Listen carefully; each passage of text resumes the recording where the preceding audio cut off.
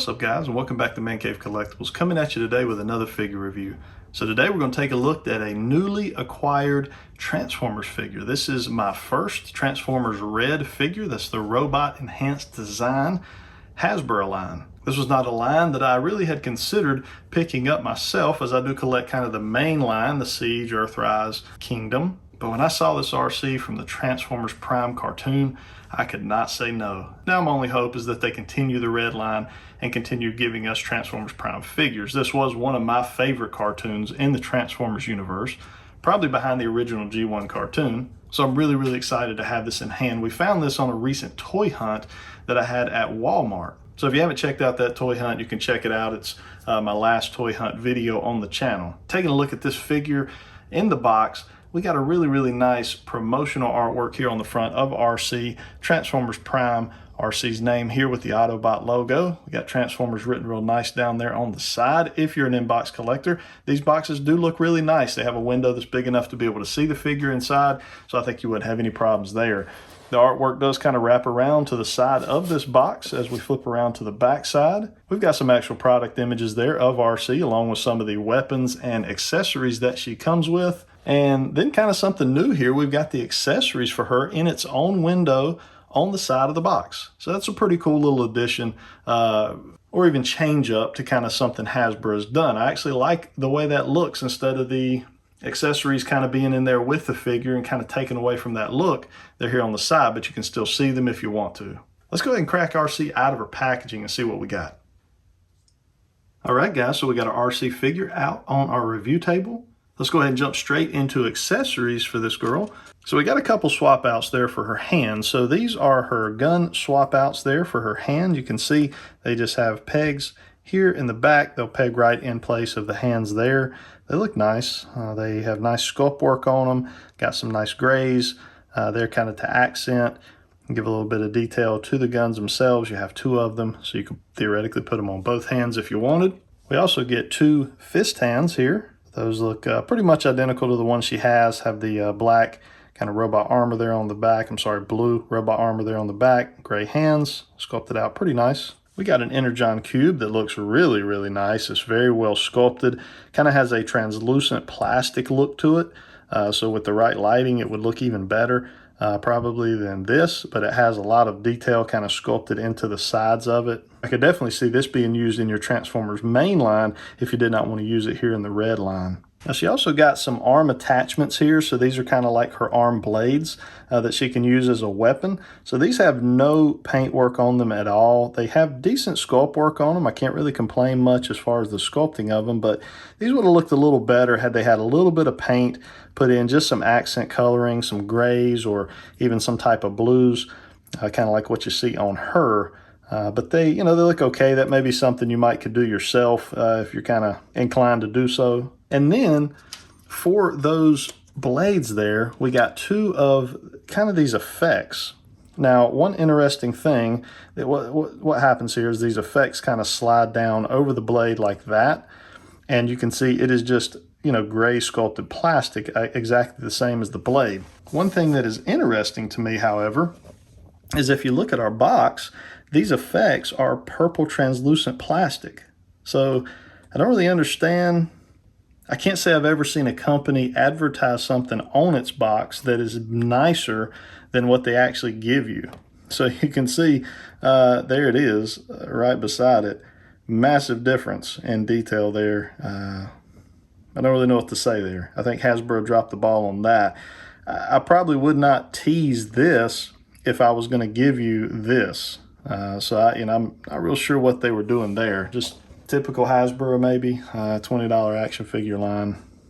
You get what you pay for. I don't know how to justify that. I can't really justify that for them, but the sculpt work looks fine. It's just really bland. This portion of it is just super bland here. So could have did a little better. Could have added a little paint, kind of like they did with the guns, to add a little bit of detail to that. Let's go ahead and take a look at our actual figure. So we'll bring Arcee in for kind of her close-up here. You can see they did a really good job here on the paint and the sculpt work for Arcee. So we have that, you know, that head sculpt that we would all come to know if you watch the Transformers Prime cartoon. If you haven't, I would highly recommend you go out and check that cartoon out. Moving on down here, we got a real nice glossy paint work here for the blue areas of this robot. Moving on back, got those wings kind of here in the back. They did add the detail of one of the wheels or one of the tires there into her back. Now this is a non-transforming transformer, so you will not see a transformation in the red line. If you're not familiar with that, what they've done is they've come out and created kind of a 6-inch action figure line of non-transforming transformers. So kind of hit everybody where they like it. If you like the transformation, you want to go with your Siege or, you know, Earthrise, Kingdom, those types of figure lines. Then moving on down, got some blue accent colors there in the thigh area, and then kind of that same color schemes that we seen up top, kind of down here on the bottom with the golds. You can see more of the wheels kind of tucked away in the back. So yeah, really nice sculpt work, really nice paint work, I think, as far as on the figure itself.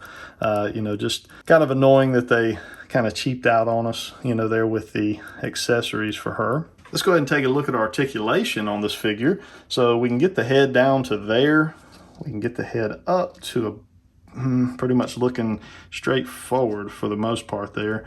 The shoulders we can get out to almost 90 degrees. Full 360 on that, no problem. We got single jointed elbows that we can take to 90 degrees there. We do have rotation in the elbow. It's just really tight, but the rotation is there. There's a cut with a ball peg. Nothing in the forearm there. We do have wrist articulation there, full 360, no problem. We have a cut in the thigh up there, but due to kind of the armor bits and pieces that she has, you can only really kind of go backward with it. It's not going to let you go forward because of this chest area here, but you can swivel that, no problem. We can get our legs out to about right there. Got a cut in the upper thigh. Now here's one area of major concern for me. This right here is super loose on both the knees. So what that is that you can see that's I don't know if I can get it out of there, but that's just a one peg there in a really skinny little thigh joint. So it is super, you know, look at that. It is super loose. So, you know, I don't know. That's kind of disappointing there because that's going to limit any type of posing or, you know, anything you want to do because it's just going to, you know, it's just going to fall to the side. And, you know, outside of putting some type of a glue up in there, I don't know how else you would prevent that. But it gives you a single jointed knee there. And then when you come on down to the ankle area, we have nothing in the ankle at all, but you do have a toe pivot there. So you can see that toe can pivot back and forth and rock a little bit itself, but the back portion back here will not rock. So, you know, it kind of, again, that kind of hinders what you can do as far as posability with this figure.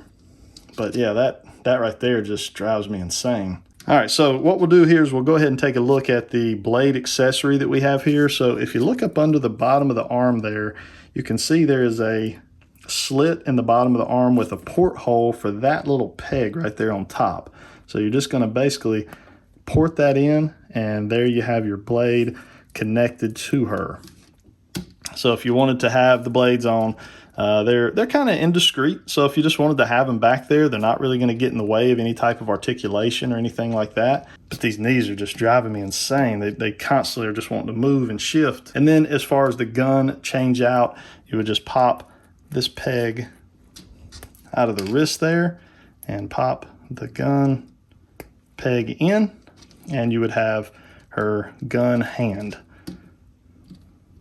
So there is that option if you wanted to display her with her guns out and her blades on her wrist. And then as we kind of showed there in the accessories portion, you do have this effect. If you wanted to attach that to the blade, you could. But because it has no type of paint or color to it, it kind of really looks stupid, to be honest. All right, just to show a little bit of size comparison here, guys, we've got kind of our mainline figures here, our Earthrise Optimus and Earthrise RC. So you can see here the size difference. She runs at right about that 7 or 6 inch scale. Optimus here is right around probably our 7 inches, and RC just a tad under 6. We'll put the ruler here on them. We can see that she's at about 5 inches. And again, as we said, our Optimus right about 7. So that puts our R.E.D RC at just a hair under 6 inches tall. So that'll kind of help you see where this R.E.D would stack up if you wanted to incorporate them into your mainline Transformers. That's probably where she's going to stay. Kind of my end thoughts here on this, guys. I am disappointed in this figure. I don't say that a whole lot in action figures. I typically only buy what I know I'm going to enjoy. This one I didn't know. I was hesitant on the R.E.D line because of the size, the scale. I felt like with R.E.D not being transforming Transformers, that would leave them more options to kind of give us a little larger scale of a figure. For example, I feel like maybe the smaller R.E.D figures should have been like Optimus Prime size, you know, your Bumblebees, those type of guys. And we should have got, you know, 8 and 9 inch figures in this R.E.D line to really differentiate from the main line.